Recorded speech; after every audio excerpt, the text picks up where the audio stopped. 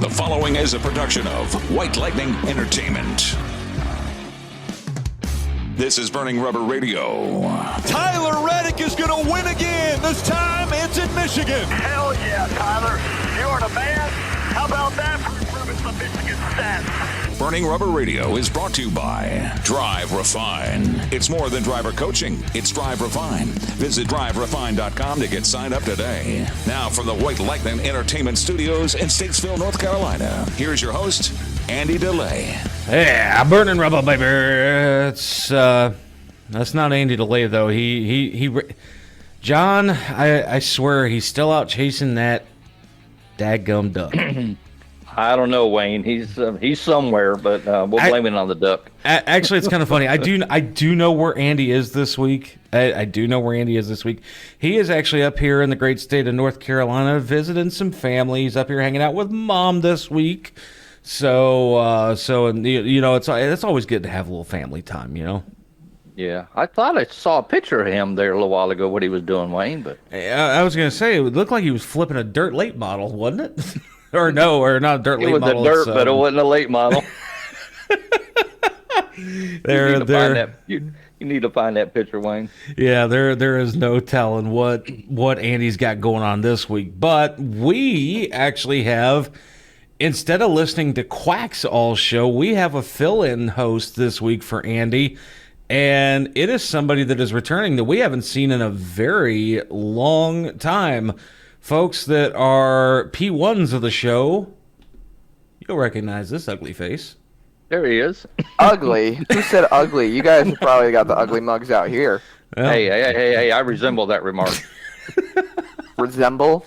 Yeah, right, exactly. But either which way here, Zach Murtis is back with us this week here, hanging out and filling in for Andy DeLay. And Zach, as coming back to the show here, folks, some of the new content and stuff that have been telling folks about that we've got coming up over the next few weeks, since we are leaving the radio airwaves and changing strictly to a podcast format, as well as our stuff on YouTube and Rumble that you guys are already well accustomed to.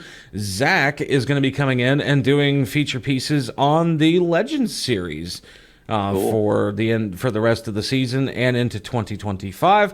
So, Zach, welcome back into the fold, brother. And either which way here, folks, we got to get to our sponsors real quick here. Drive Refine, you got to go make sure you check out the folks over at Drive Refine. Joey Coulter, Austin Terrio. And Austin, again, as we've talked about many, many times over, running for public office up in the state of Maine this year.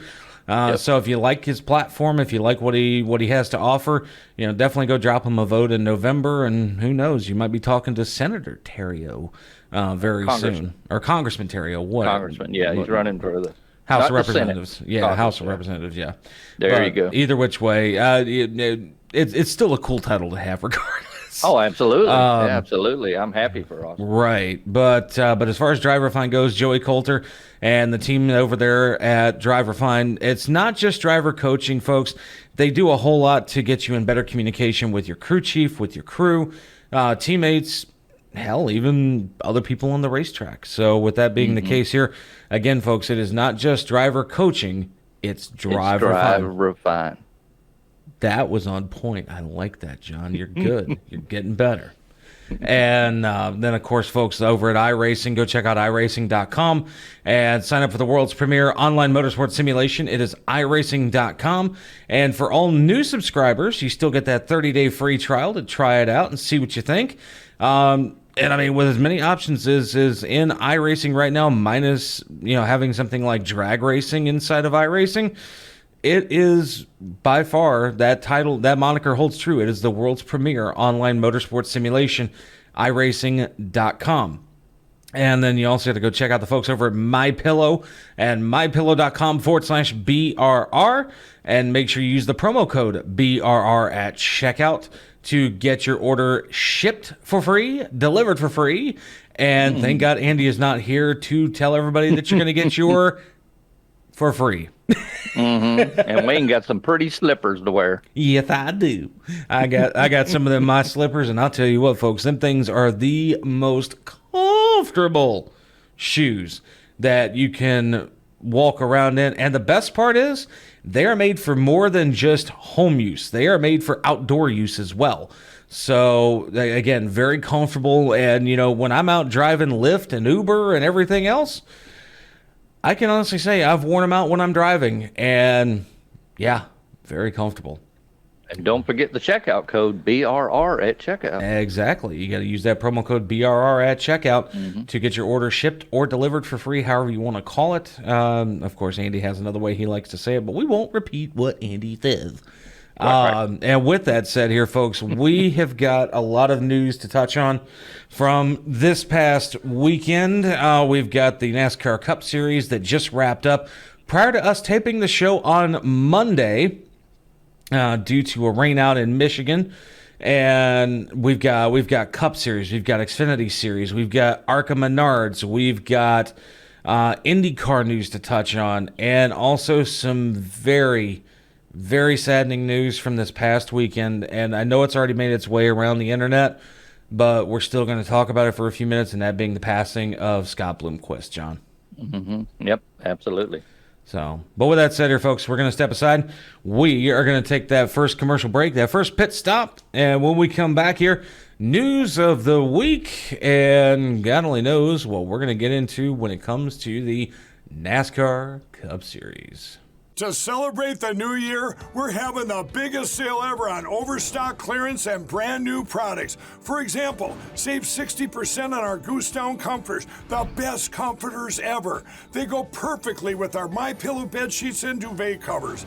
Save 25% on our brand new kitchen towels. They're made with the same technology as our famous My Towels. Our initial quantities are extremely low, so get them now before they go. Our seasonal flannel sheets are finally in. You save up to 50% and they sell out fast every year, so order now. They're truly the best flannel sheets you'll ever sleep on. Or save up to 80% on all our clearance items. And this is where it gets even better. For a limited time, your entire order ships absolutely free. So go to MyPillow.com or call the number on your screen. Use that promo code to get deep discounts on all MyPillow products. And for a limited time, your order ships absolutely free. Burning Rubber is social. Follow us on Instagram at Instagram.com/Burning Rubber Radio. Now back to more Burning Rubber. And we're back. It's Burning Rubber. Producer Wayne, NASCAR Chef John Dixon. That ugly son of a gun over there, Zachary Murtis. Hey, Zach. Wow. The disrespect. Hey, if we didn't love you, we wouldn't pick on you, brother. But tell you what, folks, we've got to get into the news of the week here real quick, and I'm gonna go ahead and get the sad stuff out of the way first, because there's a lot of good news to get to this week as well here. And we mentioned it right before the commercial break here, where this past Saturday morning, and I'm not gonna lie, when I woke up to this news on Facebook, I was definitely not. That was not the way I wanted to wake up Saturday morning, John, hearing that Scott Bloomquist, just outside of his home in Mooresburg, Tennessee, had passed away in a plane crash. Yep. Yeah, our families are, the BRR family wants to send their condolences to his family. And Scott was a great guy, a good racer, a good wheel man, did a lot of things for a lot of people. Yeah, he really did. And he's gone to a better place, and it is what it is. Yeah, he. The one interesting thing that I can add in with all of that is that, a lot of people may not have liked Scott Bloomquist because he did have and this coming from people that I know, certain inner circles that have actually interacted with Scott. Some have said he was very egotistical, attitudinal, whatever you want to call it. The fact is, Scott knew his craft very well. He was very talented at what he was able to do, and he was the kind of person that, while I never got the chance to interact with him, from what I know of him, he's that kind of guy that if you piss him off, he lets you know. Yeah. And so he's not one to sugarcoat it when you make him mad. So, obviously, if you thought he was attitudinal or egotistical or whatever the case might be, chances are I would probably say you most likely pissed him off, and he's letting you know about it. Yep. I mean, that's the easy way of putting it. And but from this past Monday, folks, and I managed to get some audio after the Cup Series race at Michigan International Speedway here. Tyler Reddick, who we'll touch on in just a minute, who actually won the Cup Series race this past week, or Monday at Michigan. He did, while he was doing his Victory Lane interview with folks on NBC, he had this to say about Scott. I can't help but sit here in Victory Lane and think of Scott Bloomquist, man. Huge mentor to me, an incredible role model, and legend of dirt racing and motorsports. So the last couple of days have been tough, and this really helps it. And so this win, I think, should go for him and his family, his friends, and all that meant a lot to him. One of the more emotional weeks for you, Tyler, then, in that regard? Yeah, it's tough. It's always tough when someone you care about passes away. But my thoughts are with him and his family. And, you know, Tyler hit the nail on the head there with those comments, I think. Yep, I think so. And he definitely has a good way of looking at it. There's a lot of drivers, especially in the NASCAR Cup Series, Xfinity Series, Truck Series, even ARCA Menard Series, that have all kind of gotten their start when it comes to dirt racing. I know I've done a little dirt racing myself. Everyone has some form of connection to some form of dirt racing, and Scott Bloomquist has been there for quite a few drivers, so it's nice to see Tyler Reddick kind of recognizing the talent and pretty much the pioneer that Scott Bloomquist was. Oh, 100%. Yeah, hands down. Absolutely, Zach, yeah. And not to mention, he was a mentor to Tyler amongst many other dirt racers that came up in that side of motorsports before coming over to the asphalt side and being in NASCAR, ARCA, or like you said, Zach, pretty much any form of motorsport beyond what dirt racing was and has become. And so, yeah, I mean, there's no denying what has become in the world of motorsports here when it comes to Scott Bloomquist. But speaking of Tyler Reddick, we do have to touch on that real quick too.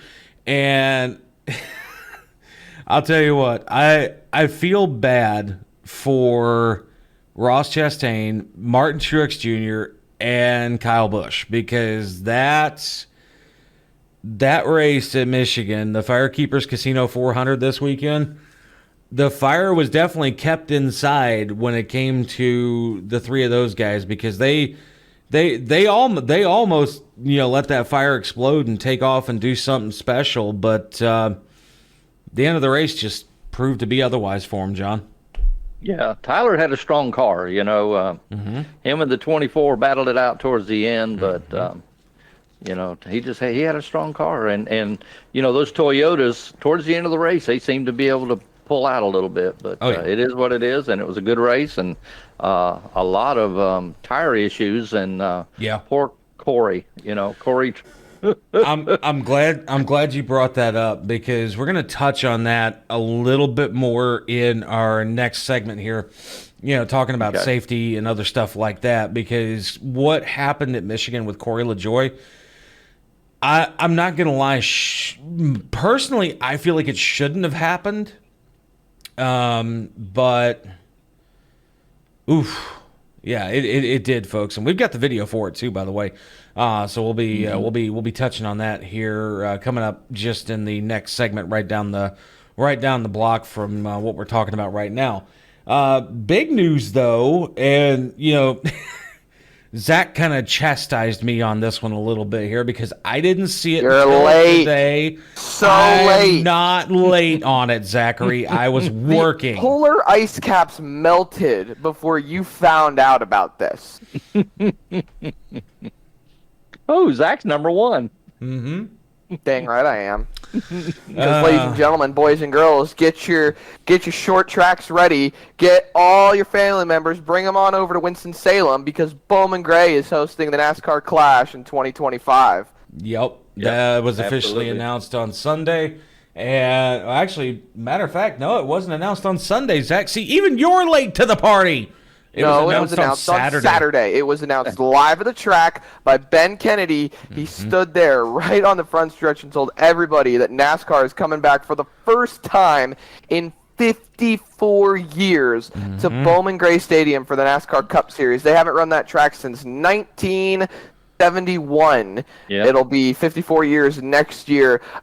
There's a lot of buzz, actually. I want to kind of touch on this. There's a lot of buzz, positive and negative comments. There's a lot of great things to look at it when it comes to Bowman Gray. You've got Cup Series teams saving a lot of money in travel expenses. I've never agreed with them going over to LA for the Clash because it just seems pointless. It's cheesy for even the small time teams to go cross country for a non-points race. I admire NASCAR for wanting to take that step in the right direction for getting advertisement in Southern California, but it never made sense to me. So travel costs are being saved. There's a lot of people saying that the costs of the race cars are going to be going up because how much they're going to tear up at a track like Bowman Gray. They call it the madhouse for a reason. Yep. There's a lot of parking concerns with the pit entries for the Bowman Gray Stadium. I think those are going to be put to rest because they did have ARCA and K&N West come there in the past, and they were able to have at least 25, 30 cars back there. So I think it'll be okay. Yeah. Other than that, there's a lot of people saying the short track package sucks, so it's going to make for bad racing. But again,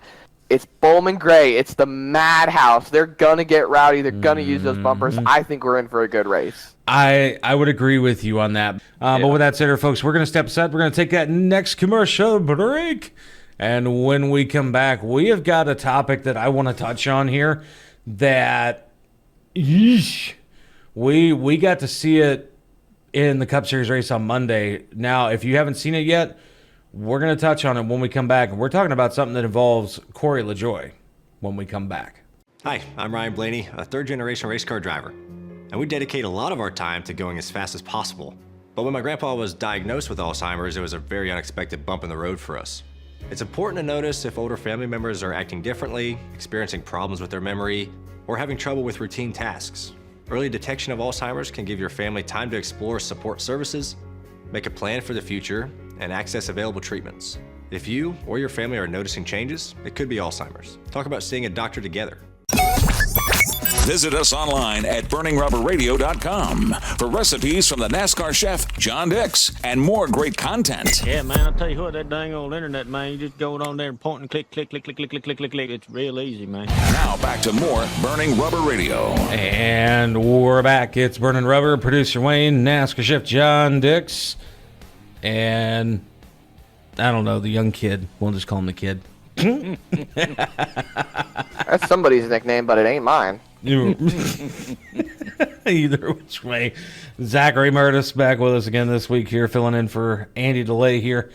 And but boys, we weren't able to get Natalie on the show this week, which kind of sucks because I was really hoping to talk to Natalie Decker again after the news this past weekend, folks. Which, by the way, you heard it on the brand new feature that we do on our Facebook page called The Burnout. And Natalie Decker and husband Derek Lemke announced it this past weekend that they are officially expecting their first child. So I got to say congratulations to Natalie Decker because that's big news. Yeah, absolutely.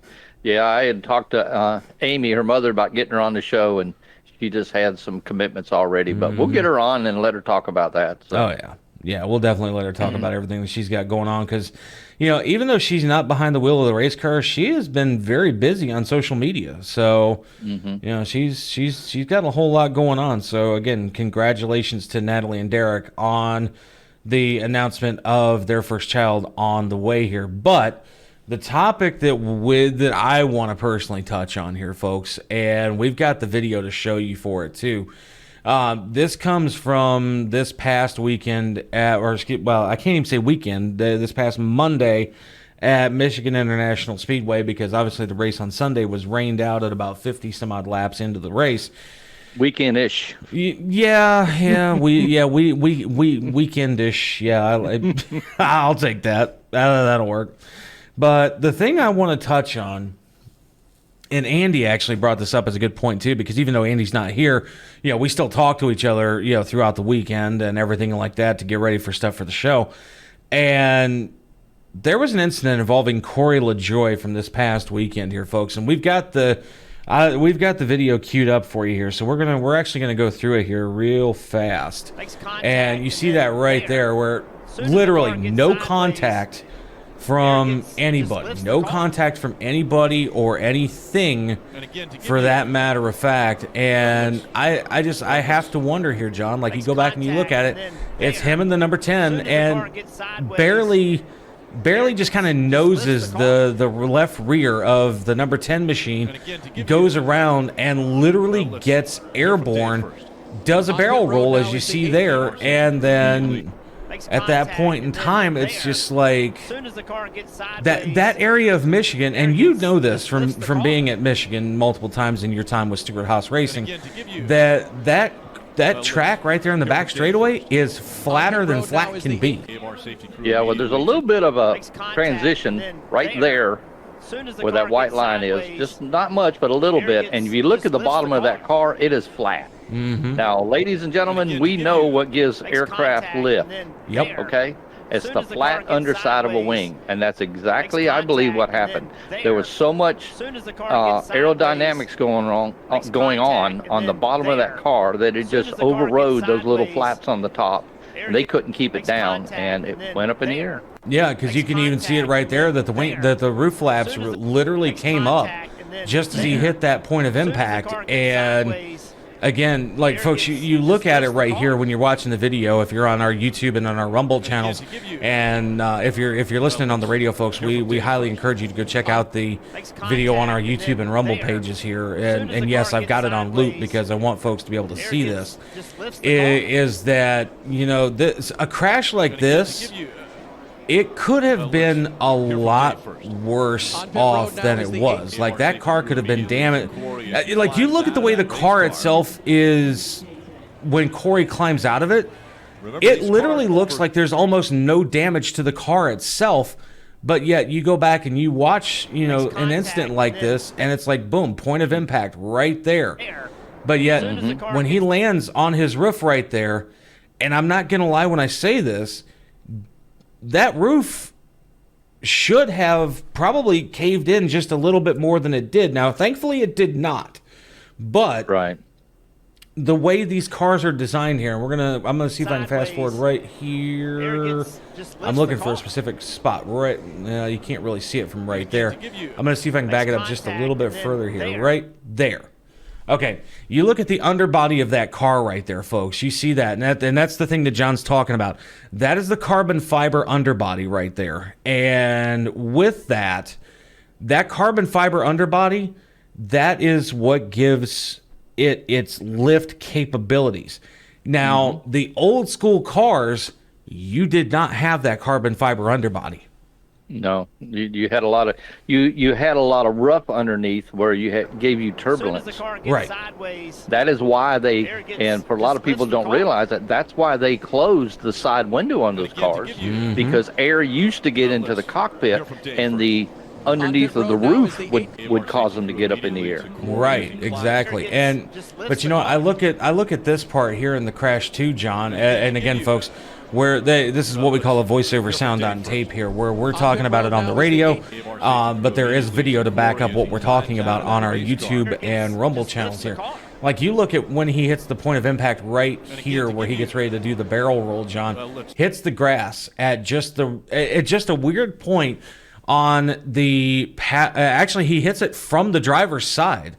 When he hits that grass right there, and when he gets ready to go in and does that barrel roll, like, you can see it come up, and then in most cases, every time those cars have flipped, typically the toe link gets pulled out of play, typically that front axle gets pulled out of play, typically that roof is a lot more caved in than it normally is. Now, I will give credit where credit is due.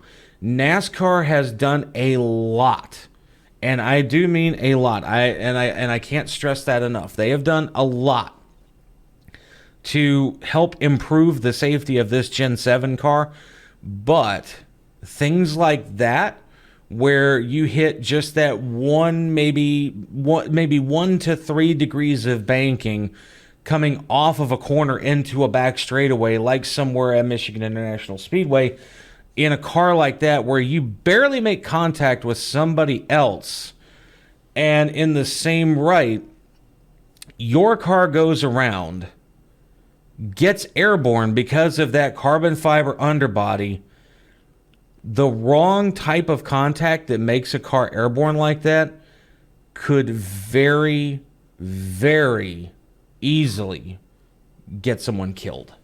You know, you're right. And with Zach being a driver, he could probably expand on this a little bit better. Exactly. But I think what Corey did to keep from hitting the 10 car, I think he actually overcorrected just a little bit. And that's what got him going to the far left. But, you know, you talk about the strength of these cars, Wayne, and that's why we're having so many injuries, because something has got to give. I remember years ago being at Daytona and talking to one of the infield doctors, and he said, this is actually what he told me. He said when he watches a race, he worries the more the car is tore up, he worries less about the driver. Because he said something has got to absorb that energy, whether it's the car or the driver. And now these cars are a lot stiffer, and so the drivers are absorbing the energies. And I wouldn't be surprised within the next day or so we hear that Corey might even have a concussion or you know, hurt worse than we thought. Right, exactly. And Zach, now this is where we're going to bring you in to really kind of expand on this here too. So, you know, watching that video back multiple times like we just did, and we'll play it back again here and while you're sitting here talking about things. But you look at that video as to how everything kind of breaks down right there with that crash. You know, what are your thoughts on something like that happening? Corey got some nuts. We'll talk about that. Corey definitely, I think, for all intents and purposes, I think Corey handled the situation beautifully. I know there's a lot of talk, like maybe Corey just overcorrected, maybe he just did something wrong there, but I don't think Corey really did anything wrong. It's a natural driver reaction. You know, you've seen people like Denny Hamlin say, well, I don't want to go below the double yellow line, but I see a car coming down, that's my first reaction. So you see contact being made, your first reaction is to correct it to the best of your ability. Sometimes an overcorrection happens, and it's probably what bit Corey right there, but it might not also have been that. And a lot of people want to throw hands and point fingers directly at the next gen, but I would like everybody to think back to Saturday. Kyle Sieg had a incredibly similar flip. Very, very similar flip to what Corey had. In fact, it was literally the same flip. He flipped over, he rode on his roof, he hit the grass, and the car flipped back over on four wheels. It's not a next-gen problem when it comes to the car flipping on the backstretch like that. It came in, and a lot of the announcers said that this was something that was going on because of the tailwind that was on the back straightaway that was forcing these cars into a different aero situation, which is pretty much what helped Corey flip right here. You can see in the transition, after he made contact, there he goes. The wind picks the car up. You could see the slight pitch of the car the second the wind caught it, and then over and up it went. Right, little bit more right there. You can see it quickly pick that car up, and then all of a sudden, there you go flipping. I don't want to point fingers directly at the next gen. Do I think there's a few issues with the next gen? Absolutely. I think drivers have made it very clear the safety concerns they have with the next gen, but I don't want to be the one to point fingers and say that this is solely a next gen problem, considering what we saw on Saturday. Well, now I want to bring up a little bit another point here too, because I was actually able to get it in slow motion here, where we can see it a whole lot better. When you look at that, like, there clearly is no contact between the 7 and the 10 car here, and that goes all the way back to the beginning of the clip here. And I'm going to slow it down just a little bit more here, where we can really kind of look into it here. And like, it's running at about quarter speed. Like, you notice there's no contact between the two cars here. Corey, I don't think there was any real overcorrection there, John. Now, I could be wrong looking at that. Just now, again, Zach, you can also expand on this too. Is that when you look at where it catches it right there, that point of impact, I don't think there was any overcorrection, because you mentioned Kyle Sieg as well, Zach, but you look at this crash here, Kyle Larson also had a similar issue on the track as well, where his car got around on him for no reason on the back straightaway as well. And Kyle Larson, now, again, I'm not taking anything away from Corey LaJoie. Corey LaJoie is one hell of a talented race car driver. But you look at something like say, Kyle Larson compared to this one here. Similar situation. The only difference is Kyle's car didn't get airborne like LaJoie's did. So I have to wonder where the difference resides. Because again, you look at how that car just gets, it literally catches right there. In fact, we're going to back it up just a little bit more here so folks can see this in super slow-mo here on our YouTube and Rumble channels. And it's like you see him kind of come down, and that smoke literally starts right as he's just at the, I guess, kind of the apex of that banking right there, and gets down into the flat part of the track on the back straightaway. And then all of a sudden, the car catches with the roof flaps going up, car goes over. And again, now that's probably the better view of it with the super slow-mo right there. Like you look at something like the way that carbon fiber underbody is there, it looks like an Indy car from the underbody, does it not, John? Mm-hmm. Yeah, it does. You're right. And like what Zach said a minute ago, too, Wayne, you can't really compare wrecks. And right. Zach can talk about this better than we can because he's a driver. But all your conditions for every wreck is totally different. And like what Zach said a minute ago, you had wind gusts coming down from the backside. Mm-hmm. So that could have got up underneath there. And, all those little factors add up. It could. And, what do you think, Zach?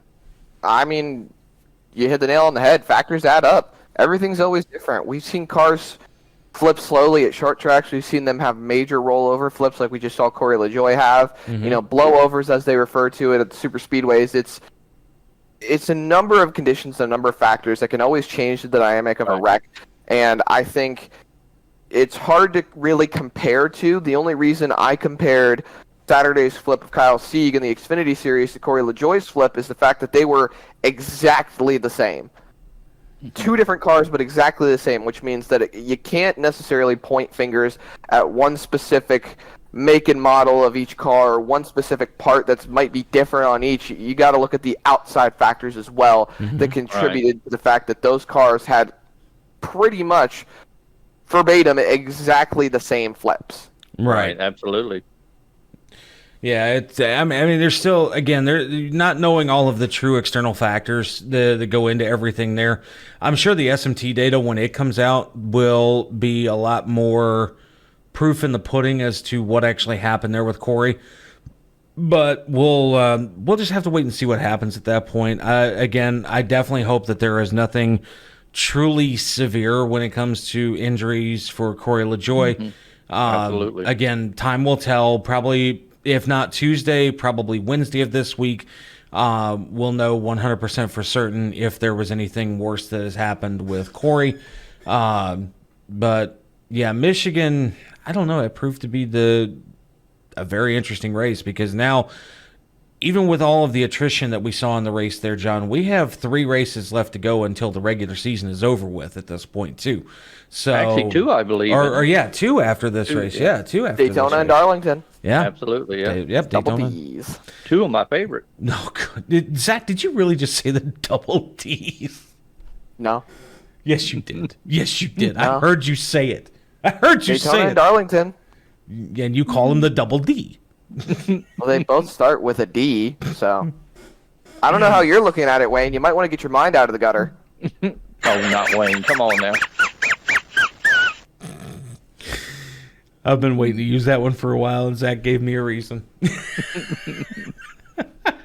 But anyways. With that said here, folks, I'll tell you what, on our Facebook page, later throughout the week, actually, you guys are going to see burnouts that I do as a special little feature here on our Facebook page, facebook.com/Brendan Gerber Radio. I'm going to go a little bit more in depth, just like Zach did here with the crash for Corey LaJoie. And we want to get your comments as well. So again, facebook.com/Brendan Gerber Radio. Let us know what you guys think of this incident with Corey and just the race overall for Michigan. And we'll talk more and more about it throughout the rest of the week. But with that said, we're gonna step aside and we're gonna take that next pit stop here. And John, you got something good cooking this week? Yeah, I think I got a recipe coming up, guys. Are you hungry? Oh, I'm always hungry. Who are you kidding? I had lunch already, so I'm good, John. Okay, buddy. Well, you know what? More for this fat guy. So, with that said, here, folks, we'll be right back after this, and we're gonna get into the recipe of the week. What can we learn from a child? That spreading joy is more important than a trophy. That when we help others, we heal ourselves. that with a little love, we can make the biggest impact. At Speedway Children's Charities, Our mission is simple. help every child we can. because all children deserve joy. And hope. And love. And if one child is still in need, then there's still work to do. Because their future is our future. And there's still so much they can teach us. The grill is fired up, and the chef has something good cooking. Oh, you're cooking, Frankie! It's the NASCAR chef, John Dix, and more Burning Rubber. And we're back. It's Burning Rubber, producer Wayne, NASCAR chef John Dix, and that guy over there to my left, or my right. Come on, Wayne. We love Zach. Yeah, we do. It's fun to razz on him a little bit. And by the way, Zach, did you know Frankie's cooking? Huh? You clearly weren't paying attention to the rejoin there, were you? Hey man, I don't pay attention to anything that doesn't come out of a windshield. Why do you think I just called you the other guy to my right today? Either which way. You already wear glasses. I thought you were blind to begin with. Oh no, am I? Oh, I'm Mr. Magoo. I'm not blind, but I do need reading glasses. I tell you what, I used to fly in the helicopters. I used to fly in the Hueys, and I could see a fixed wing at 10 o'clock low about 2 or 3 miles away, and the pilots loved it when they would fly vector because they couldn't see. But I do need my reading glasses. Yeah, well, speaking of reading glasses here, John, it's time to get in the kitchen and read a good recipe for the week, I do believe. Yeah, Wayne, I tell you, football's coming up in a couple weeks, and high school football here in Alabama starts this week. And with the good races going with Daytona and Darlington and some holidays, we're going to do a hot sausage beer cheese dip. Ooh. It's some good stuff, guys. We're going to start with 1 pound of Italian sausage, 1 cup of beer. Now, Wayne, the other breast of the can will be sitting around waiting for you, brother. 2 cups of shredded cheddar cheese, 1 cup of shredded mozzarella cheese, a cup of cream cheese. You want to soften it. Just kind of leave it out on the counter and just let it be unrefrigerated, and it'll soften it up for you. A half a cup of grated Parmesan cheese and a half a cup of milk. All right. 2 tablespoons of all-purpose flour, 1 tablespoon of Dijon mustard, 1 tablespoon of garlic and onion powder each, some salt and pepper to taste, and whatever your favorite dipping chips are. Or you can actually use pretzels if you like. Now, what we're going to do, guys, we're going to, in a skillet on medium heat, you want to cook the sausage until it's done, drain off all the excess fat, and set it aside in a bowl. Now, in that same skillet on medium heat again, you want to warm up the beer and gradually whisk in the cream cheese until it's smooth and melted. Then you're going to stir in the milk, the flour, and the mustard and all your seasonings. So keep stirring it until it's heated all the way through, and then add your sausage back to it. Get it good mixed well and transfer it to a serving bowl. And I'm going to tell you something, guys. It's a very easy, very tasty dip for you when you watch the football or car racing. And my favorite, Roll Tide's coming up in a couple weeks. Right. Same here, brother. Yeah, Roll Tide for me, too. And then football season is officially back in the air here, folks. It's and this is how you know you're getting near the end of the NASCAR season, is when football preseason is getting kicked off, because at that point it's like what do I want to watch more, football or NASCAR, football or NASCAR, football or NASCAR? And easy choice for me. Well, that's I mean, what they make recordings for. Well, that too, but honestly, with the way the Carolina Panthers have been playing in the first 2 games of the preseason, I'm not feeling too confident about them this year. But hey, you know what? You know what the cool part is? I got betting sheets this year here in North Carolina, so I could actually bet against them and maybe make some money. Sports betting is now legal in North Carolina. That it is, and but I'll tell you what, though, John, that recipe, though, I'm sitting here thinking about it, and I was thinking about it while I was reading it this morning, too, before we got into the studio here and got started for the day. You know if Andy gets a hold of this, you know what's going to happen to him, right? Oh, here we go. That's going to be Andy all day long. No wonder the duck's not here. Even Quacker was like, because of course, Quacker. He actually, I heard him say it too, John. You know what he said to Andy before he ran away? You got to wash your ass.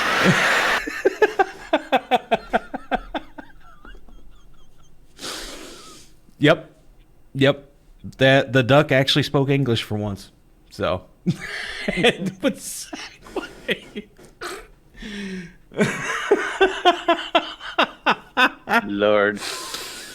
Lordy. Well, folks, again, if you ever want to reach out to the NASCAR chef John Dix and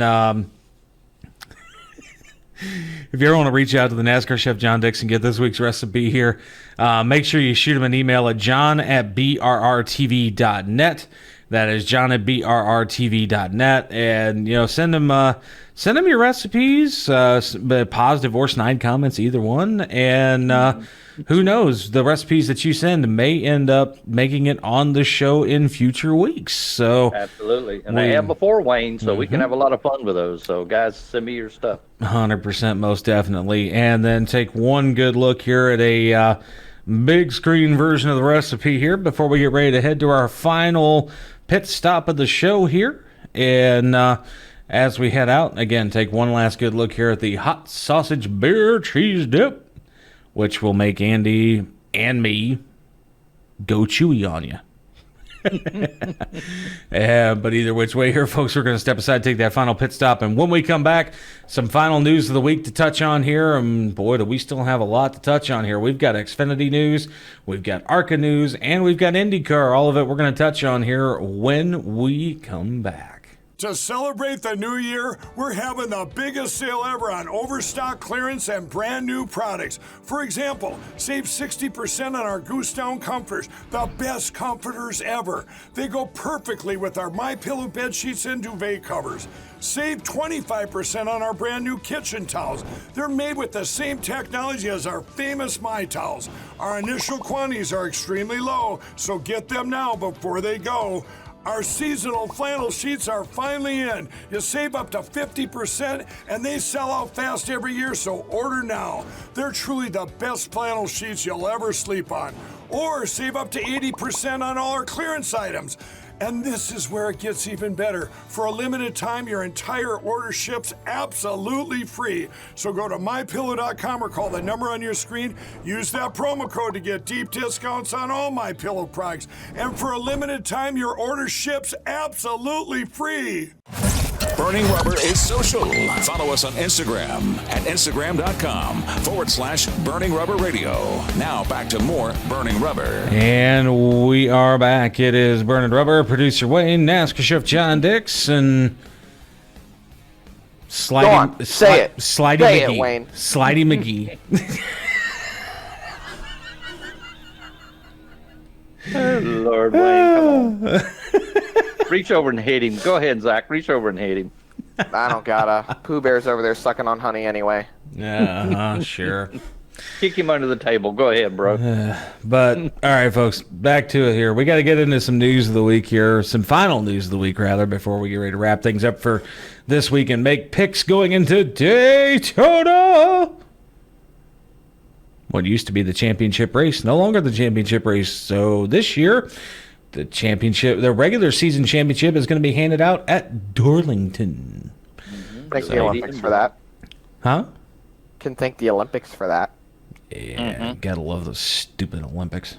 Not. Folks, you can roast me all you want when it comes to the Olympics. Personally, I hate them. I'm not a fan of them. And this year gave me about 10 more reasons why. But we won't get into that. But getting into some more news of the week here real quick, we're just going to quickly touch on some headlines here and kind of hit the important ones here. Zach brought this to us here just before the commercial break, is that Beaver Dam Speedway up in Wisconsin sadly is going to be closing at the end of 2024. So I hate to see another Saturday night short track going under here, but the sad part is dirt track too. A dirt track too. But with the economy and the way things are going, sadly, it's the way a lot of things have been going here of late.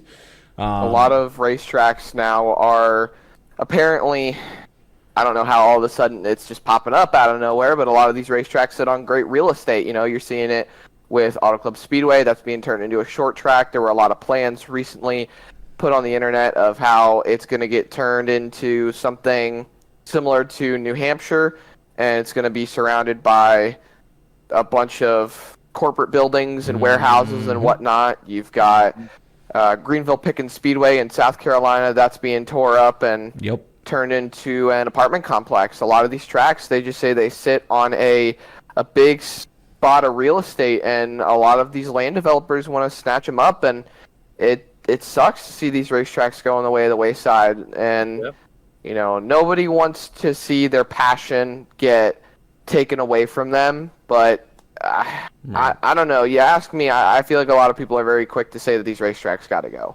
Yep, exactly. It really sucks to see, especially because Greenville Pickens, is not far from me and you at all, Zach. It's just right down the road in Greenville, South Carolina.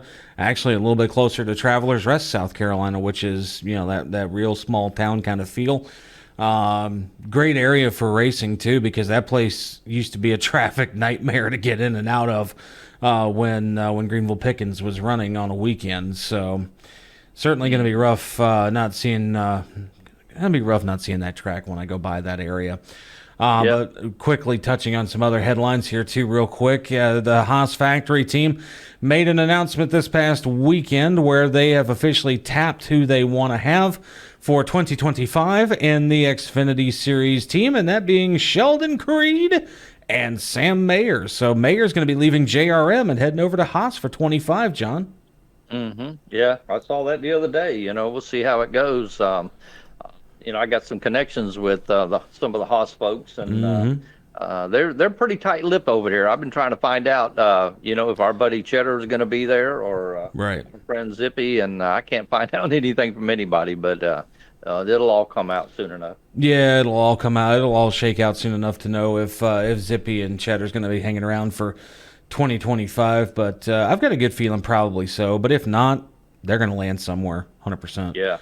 And I don't know if you guys know it or not, but about 10 years ago, I had a chance to drive the 14 hauler, and I had to turn it down. But that is a scary thought. I don't even want to think about that.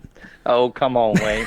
I used to teach 18-wheel driving when I was in the Air Force, believe it or not. I was an instructor. You've been stuffing your face too much to be driving a hauler around, John. Hey. I resemble that remark as well. But anyways, our buddy Todd Gable. Hold on a minute. You mean resent, right? Because if you're saying resemble, it means you think you look alike to the remark and you're agreeing with me. He is agreeing with you, Zach. That's what I said, Zach. Okay. Either way, we're just going to move on here to some other final news of the week. Speaking of the Xfinity Series here, on this past Saturday in Michigan, Justin Allgaier gets himself a dub in overtime in the Xfinity Series in Michigan in the Cabo Wabo 250. And gotta love it, JRM getting another W there as far as that is concerned. And then, of course, interestingly enough, ARCA had some dubs this weekend here. And I say dubs because they had two different races going on here. Yep. William Sawalich gets the win wire to wire at Springfield Raceway and wins the Springfield ARCA 100 with his first dirt track victory. And no learning curve required for this young man. Connor Zilich conquers Michigan. Yep. Connor ran good. That was a good race. Yep. Two drivers absolutely on a tear recently, but I think one driver we're overlooking, especially the history was made actually by Venturini Motorsports. They had 4 cars fielded by 4 female drivers. Really? And one of those female drivers, Isabella Robusto, she had an issue in qualifying, didn't get to set a lap, started all the way in the back, P19 to P2 at Oh, the yeah. flag. Heck of a drive by Isabella. Well, She's been doing a great job with everything she's been doing lately. Well, that's the thing. There's no overshadowing Isabella Robusto, and like I followed her career for a while now on social media, and this young lady, folks, if you've not seen her race, while she may not always be in the greatest equipment, now that she is with Venturini, but you know she may not have always been in the best of equipment, but she has put on one hell of a show. It doesn't matter who you are or where you are. If Isabella Robusto is around, watch out. She's going to be doing some good stuff here. Making up for lost time, too. She's out of the race car for a while after that concussion from that big impact at Hickory Motor Speedway. Yep. And I don't know if anybody's seen the video of that from last year. It was a pretty nasty impact. And yeah, it definitely was. It was pretty wild stuff here. But moving on into some other quick news real fast from the world of IndyCar here. Joseph Newgarden gets the win this past weekend at Worldwide Technology Raceway, a.k.a. Gateway, and wins the Bomarito Automotive Group 500 at Worldwide Technology Raceway here. And then moving in now into the world of the NHRA. And Justin Ashley, speaking of Ida Zetterstrom and her debut run in Top Fuel, she got through the first round, as we forementioned there, with the race against why am I blanking on his name already? Steve Torrence. There you go. Yep. And gets that whole shot win. Didn't get much further than that, sadly. She got defeated by Tony Stewart in round 2. But congratulations to Ida for all the hard work in general. Like, seriously good stuff on that debut run. Justin Ashley, however, gets the win in Top Fuel from this past weekend. Blaze Alexander gets the win in Funny Car. Dallas Glenn gets it in Pro Stock. And we did not see Pro Stock motorcycles run this past weekend here. So yeah, it's some good stuff here all the way around. Now, also another bit of note here is that Austin Prock also had a little bit of fun stuff going on there as well too, as he gets his 6th straight Mission Foods Too Fast, Too Tasty Challenge win at Brainerd this past weekend. So JFR is really too fast and too tasty. Good stuff though for the folks over at JFR. Great stuff for Justin Ashley to get his Top Fuel win of the third Top Fuel win of the season here. Just fantastic news all the way around here. But we have got to get ourselves into picks real quickly for Daytona International Raceway and the Coke Zero Sugar 400 coming up this weekend here. So, Zach, since you're returning, you get pick number 1.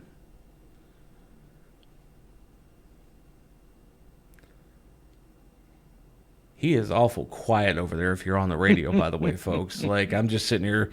I'm sitting there looking at that face, and I'm like, I wonder what the heck is going through that air brain of his. Oh, he wants to pick the 3 car. Come on now. I don't know. He's won it before. Daytona. He knocked Eric out of the way to win one time.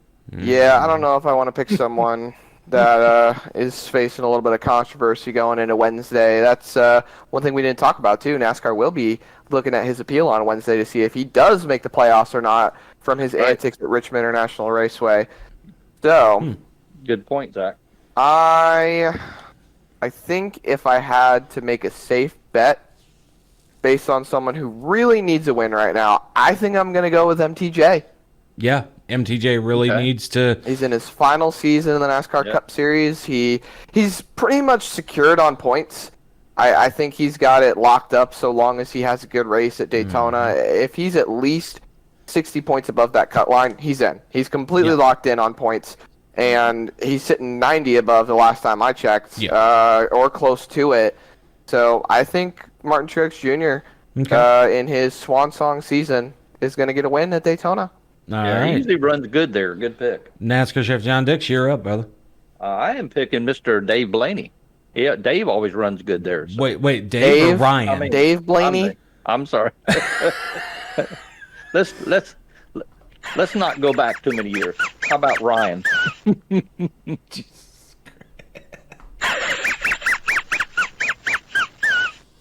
Oh, good Lord. John, you earned a double on that one, my friend. Okay. Let's talk about Dave's son, Ryan. I'm sorry. Yeah, there you go. The number 12 car.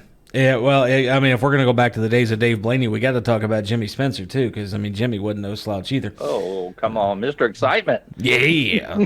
And, don't ask me where that thought came up to mind, because I actually happened to pass by his house in Huntersville this past weekend, so surprised I didn't see him out and about, like, Jimmy!